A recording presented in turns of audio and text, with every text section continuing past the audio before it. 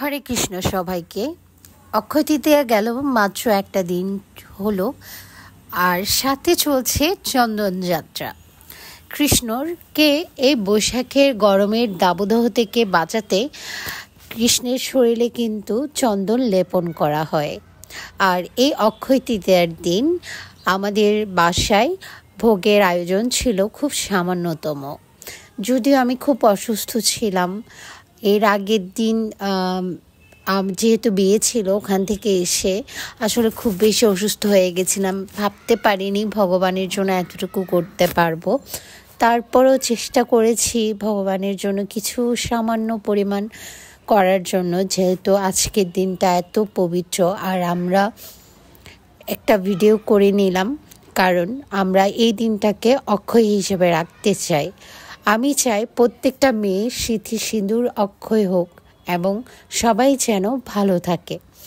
এই যে আমরা মন্দিরে যাওয়ার জন্য তৈরি হয়ে নিলাম, আর গিয়ে প্রথমে দেখলাম যে ভগবানের আরতির প্রদীপ, সবাই এই প্রদীপের আলোর আভাটুকু নিজের মাথায় লাগাচ্ছে, যেটা অনেক শুভ মানা হয়। আর এত ভিড়ের মধ্যে আমি তো খুব অবাক হয়ে গেছিলাম, ভাবতে পারিনি ফুল যে নিয়েছি এই ফুলগুলো ভগবানের চরণে দিতে পারবো কিনা। তারপরও ভগবানের কত কৃপা, আমি একদম সামনে চলে গেলাম। যেহেতু আমি ফুল নিয়ে গেছি ভগবানের পুজোয় দেওয়ার জন্য, তো সেই কারণে সবাই অনেক কীর্তন করছিল এবং খুব সুন্দর করে তার তালে তালে সবাই নাচছিল। এটা হচ্ছে নন্দনকানন ইস্কন মন্দির। আপনারা হয়তো যারা চট্টগ্রামে থাকেন তারা খুব ভালোভাবেই জানেন এই মন্দিরটা অনেক জাগ্রত, এবং এই মন্দিরের নাম হচ্ছে রাধা মন্দির। এই মন্দিরটা আগে কিন্তু জগন্নাথ ছিল না, জগন্নাথ এসেছে অনেক পরে। তো যাই হোক, আমি চলে গেলাম ভিড় ঠেলে একদম সামনে, এবং সামনে থেকে ভগবানের ভিডিও করছি এবং ভগবানের কাছে নিবেদন করছিলাম যে ভগবানের চরণে যেন এই ফুলটা দেওয়া হয়। এই সে মুহূর্ত, আর এই সে ক্ষণ, অক্ষয় মুহূর্ত আমার জীবনে, সেটা হচ্ছে আমার দেওয়া এই সামান্য ফুলটুকু মা রাধারানী তার মাথায় তুলে নিয়েছেন। এটাই আমার পরম সৌভাগ্য। নিজেকে অনেক সৌভাগ্যবান মনে করছি। আর পৃথিবীর সবাই ভালো থাকুক, সবার মঙ্গল হোক, ঈশ্বর সবার মনের আশা পূর্ণ করুক।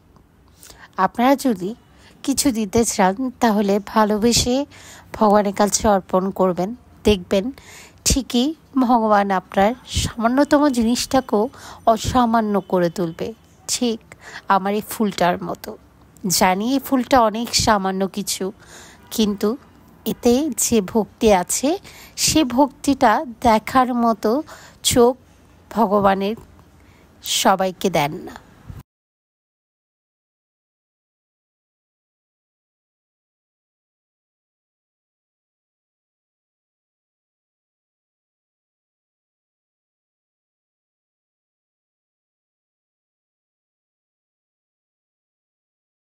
সত্যি কথা বলতে, রাধা মাধব আর জগন্নাথকে আজকের দিনে এত বেশি সুন্দর লাগছিল, আর চন্দনের আবরণে কৃষ্ণকে যেন নতুন রূপে দেখতে পাচ্ছি। এত বেশি সুন্দর মনে হয় ভগবানকে কখনো লাগেনি। মনে হচ্ছিল খুব কাছ থেকে জগন্নাথকে আমি দেখছি, এবং জগন্নাথের মনের কাছে মনের যে কথাগুলো, সে কথাগুলো আমি মনে হয় অকপটে শেয়ার করতে পারছি।